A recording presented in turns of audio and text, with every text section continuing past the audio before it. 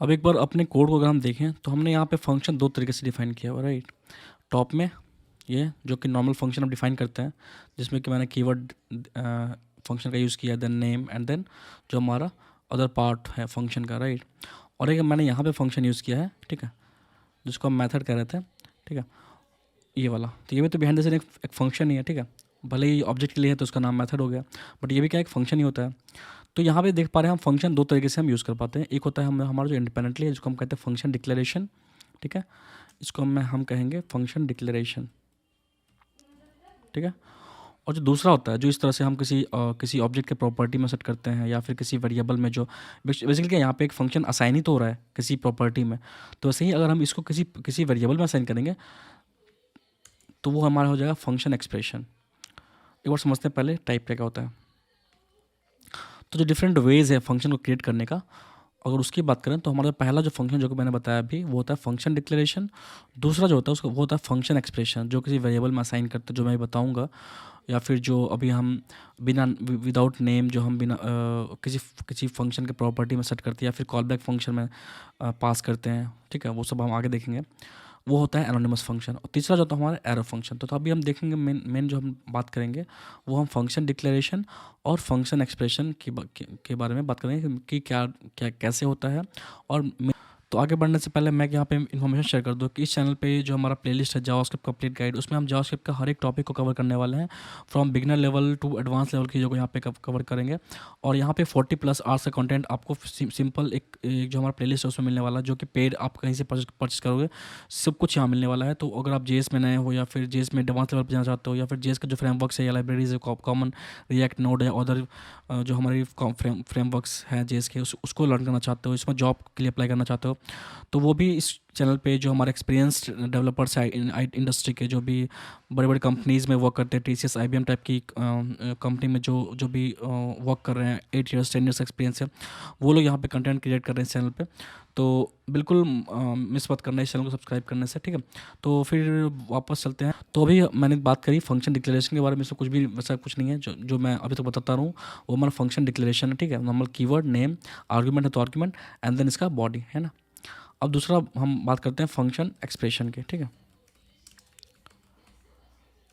ठीक है। तो इसमें क्या होता है, बेसिकली हम किसी वेरिएबल में, जैसे हम यहाँ पे क्या हो रहा है किसी प्रॉपर्टी में फंक्शन को असाइन कर रहे हैं, वैसे ही यहाँ पे हम किसी वेरिएबल में फंक्शन को असाइन करते हैं, है ना, ठीक है। अब यहाँ पे आप नाम दे दो तो भी कोई फ़र्क नहीं पड़ता, इसका इंटरनली सेव होगा, बट ये ग्लोबली एक्सेसिबल नहीं हो कहीं पे, ये ग्लोबली कहीं भी रजिस्टर्ड नहीं हुआ ब्राउज़र लेवल पे, इसलिए इसको देने या ना देने से कोई फ़र्क पड़ता नहीं, ठीक है। इसको हम इसलिए हम ऐसे लिखेंगे, ठीक है। तो यहाँ पे क्या हो रहा है, ये बेसिकली, अच्छा मैं यहाँ पे कुछ मैसेज करता हूँ, ठीक है, फंक्शन एक्सप्रेशन, ठीक है। तो ये हमारा फंक्शन एक्सप्रेशन बेसिकली सिंटेक्स इतना ही होता है कि हम किसी वेरिएबल में इस फंक्शन को असाइन करते हैं, ठीक है। तो यहाँ पे जो भी हम लिखेंगे वो बाय नेमिंग दिस कॉल हो पाएगा, ठीक है।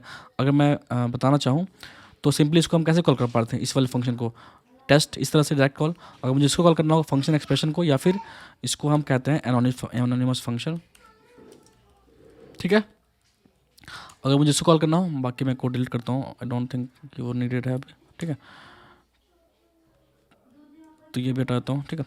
अगर मुझे इसको कॉल करना हुआ तो मैं करूँगा जो वेरिएबल नेम है test2, और सिंस फंक्शन कॉल करना है तो यहाँ पे test2 हो जाएगा, राइट। तो इस वे में हम कॉल कर पाते हैं। एक बार मैं दिखाता हूँ।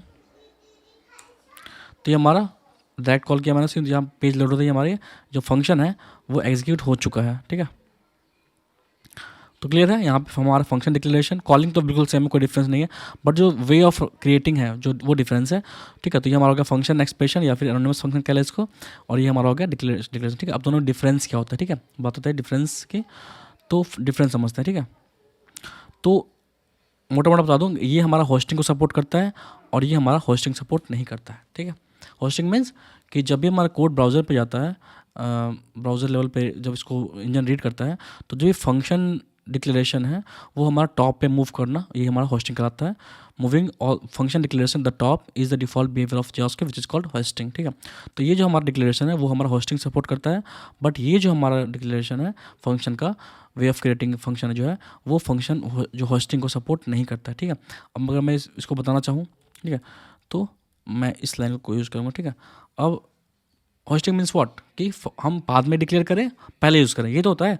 तो अगर मैं इसको यहाँ पर यूज़ करता हूँ, ठीक है, तो यहाँ क्या हो रहा है, मैं बाद में डिक्लेयर कर रहा हूँ बट पहले यूज़ कर रहा हूँ, राइट। ये तो होस्टिंग है कि हम कहीं पे भी डिक्लेयर कर रहे हैं और उसको कहीं पे भी यूज़ कर रहे हैं। तो मैंने यहाँ पे क्या किया, टॉप में यूज़ कर लिया और बॉटम में मैंने उसको डिफाइन किया, ठीक है। अगर behind the scene hosting work करेगा इसके लिए तो क्या होगा, ये मूव करके टॉप में चला जाएगा यहाँ पे लाइन नंबर 2 के आसपास, और फिर हम इसको यूज़ कर पाएंगे, ठीक है। अब देखते हैं ये हम जो होस्टिंग मैं कह रहा हूँ वो एक्चुअल में सपोर्ट करता भी है या नहीं करता है, ठीक है। एक बार कोड रन करते हैं।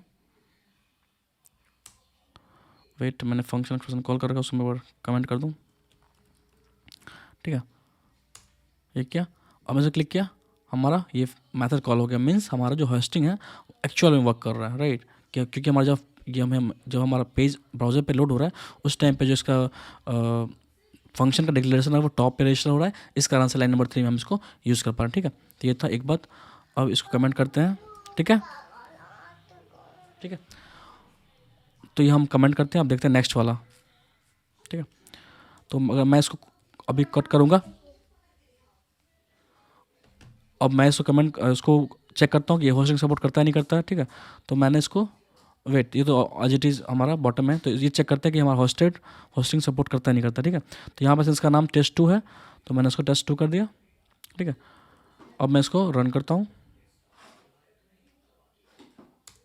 तो ये हमारा एरर आ रहा है, can't access test2 before initialisation, मतलब कि यहाँ पे हमारा होस्टिंग वर्क नहीं कर रहा, ठीक है। तो ये हमारा मेजर डिफरेंस है बिटवीन फंक्शन डिक्लेरेशन और फंक्शन एक्सप्रेशन, कि हमारा होस्टिंग सपोर्ट नहीं करता है सेकेंड अप्रोच, राइट।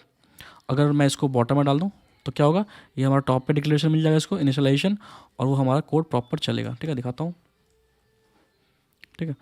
अगर ये हो गया एंड यस, मैं अगर इसको क्लिक करूँ तो ये हमारा फंक्शन एक्सप्रेशन कॉल हो रहा है, मीन्स ये हमारा टॉप पे डिफाइंड है, तो यहाँ पे होस्टिंग वर्क नहीं कर तो भी हमारा प्रॉपर चल रहा है, ठीक है। तो ये था basic difference.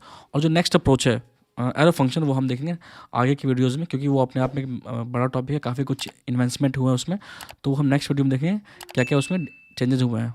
Okay, thank you.